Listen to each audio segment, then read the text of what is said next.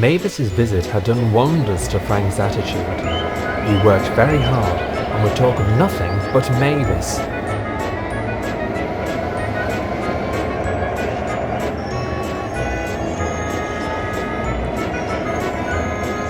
At first the other engines enjoyed talking about Mavis, but soon the subject was wearing thin. "We all miss Mavis, but there's no need to go on about her all the time," sighed Jock. "Anyone would think you were obsessed," teased Mike. "Or infatuated," added Rex. "You don't think?" "Yes, I do. Our Frank is in love." "Shut up, you two," snapped Frank. "I'm not in love. I just thought she was really nice." "Denial!" Rex and Mike laughed loudly as Frank, who was looking rather flushed, rolled quickly away.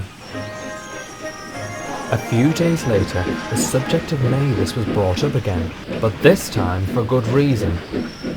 Frank and Jock were stood alongside Donald at the chute when Mike snorted in late with his passenger train.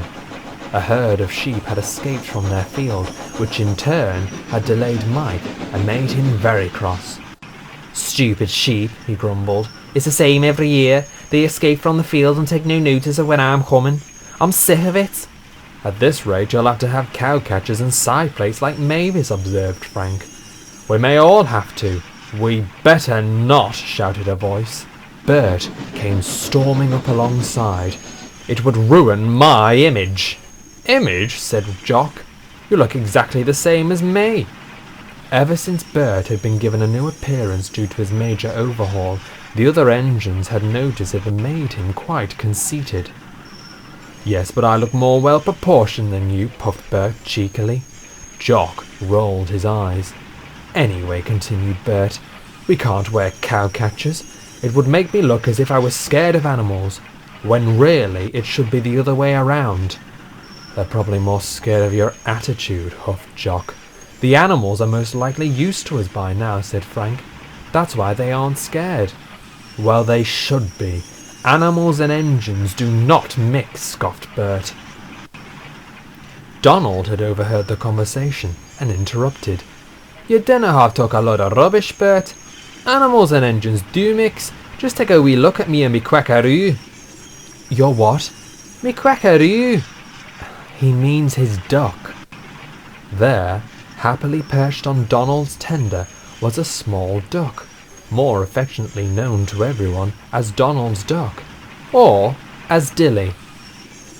The small bird had formed an unusual friendship with Donald and occasionally came for rides down the Little Western with him.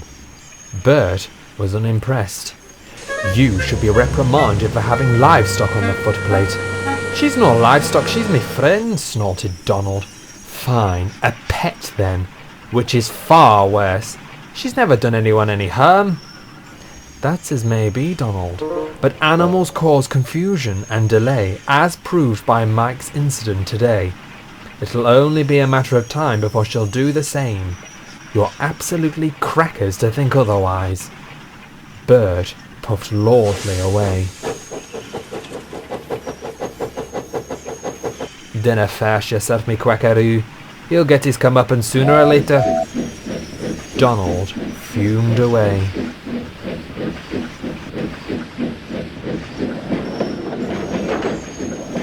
A few days later, the spring weather took an unseasonable change. A storm raged across the island. The coast felt the brute strength of the storm. High winds and torrential rain battered the Little Western. The small railway was closed. "We won't have any passengers in this horrid weather," said Rex miserably. "Wouldn't be safe either," added Jock. "Most likely we'd be blown off the rails." The storm continued to sweep through Sodor for over a week. Donald grew worried. He hadn't seen his duck for quite some time and hoped that she was safe. At last the storm passed. The small controller came to see his engines. He was pleased to see they were all right. "Frank, I need you to take some workmen with the engineer's train to see what the damage is," he announced. After that, report back to me, and if safe, we'll begin a reduced service with covered coaches only." "Yes, sir," said Frank. So off Frank went. There were a few fallen branches and fences, but nothing too serious.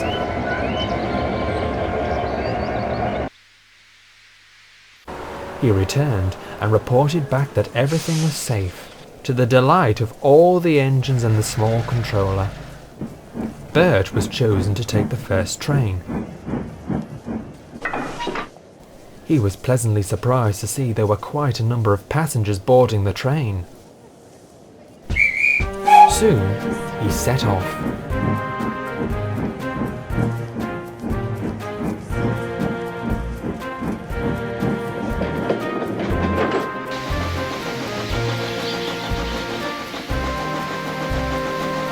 All went well until he was halfway up the line.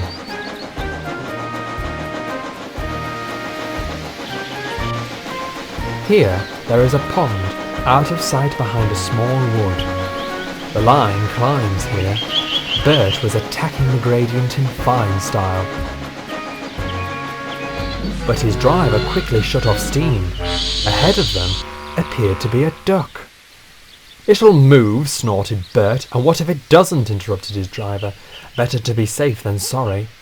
"Stupid bird," muttered Bert. As they got closer, the driver recognized the bird. "That's Donald's duck," he said. "What is she doing here?" "Causing confusion and delay, no less," Bert sniffed. The train was brought to a halt a few feet away from the duck. She began to look agitated and quacked loudly. "Go on, waddle off," shouted Bert, hissing steam. The duck took no notice. Instead, she began to flap her wings and squawk loudly. Bert grew cross. He whistled rudely at her. The duck responded and suddenly charged the train. "Ugh!" cried Bert pathetically. "She's gonna get me!" The driver tried to shoo her gently away, but each time he walked back to the cab, she would turn around and attack Bert. The silly small engine cowered every time. Luckily, there was an off-duty veterinarian on board. He came to size up the situation. "I've never seen her this threatening before," explained the driver. "Is she ill or hurt?" "Not at all," replied the vet, "but there is an obvious explanation. I think she's nesting." The driver distracted Donald's duck with his sandwiches, whilst the vet went to investigate. He was right. There, nestled very close to the track, was a duck's nest. Inside were 5 small eggs. The vet returned and told the driver everything. "She must have come inland due to the recent storms we've been having," said the driver. "We'll have to move it. It isn't safe there, and she'll keep defending her nest from trains until her eggs have hatched," said the vet. "But I'll need help." Bert's driver radioed for assistance and that a blockage had halted the train. With permission granted to reverse back to the loop, Bert puffed feebly away.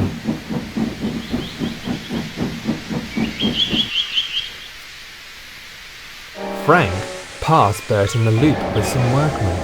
He was wondering what the blockage was. He couldn't help but laugh when he saw it. Under the vet's supervision, the workmen carefully caught Donald's duck and safely moved her and the nest into the nearby woods, close to the pond. With Donald's duck happily settled in her new surroundings, they all returned back down the line.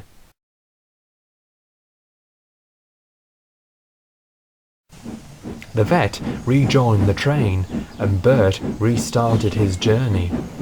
He was very silent. Frank giggled knowingly to himself. Donald was informed of his duck's whereabouts. He was glad she was safe. Some wee quackaroos. I can't wait to see them, smiled Donald. Apparently she put Bert in his place, chuckled Frank. Hey, well, he deserved it. I did say he'd get his comeuppance soon, laughed Donald. Bert returned to the sheds that evening feeling exhausted. He was most disappointed to find the story of his incident had arrived back before him. Well, you were right about one thing, sniggered Jock. Animals and engines don't mix. Well, with you, that is. She must be a very good judge of character. I went by earlier in the day and she didn't even try and attack me, said Frank. Imagine the damage to your image, teased Rex. With or without cowcatchers, you're still afraid. Of a duck, no less, Mike grinned. How embarrassing. He's gone crackers. No, Mike. You could say he's gone quackers. The small engines thought the subject was funny. Bert thought they were being very silly indeed.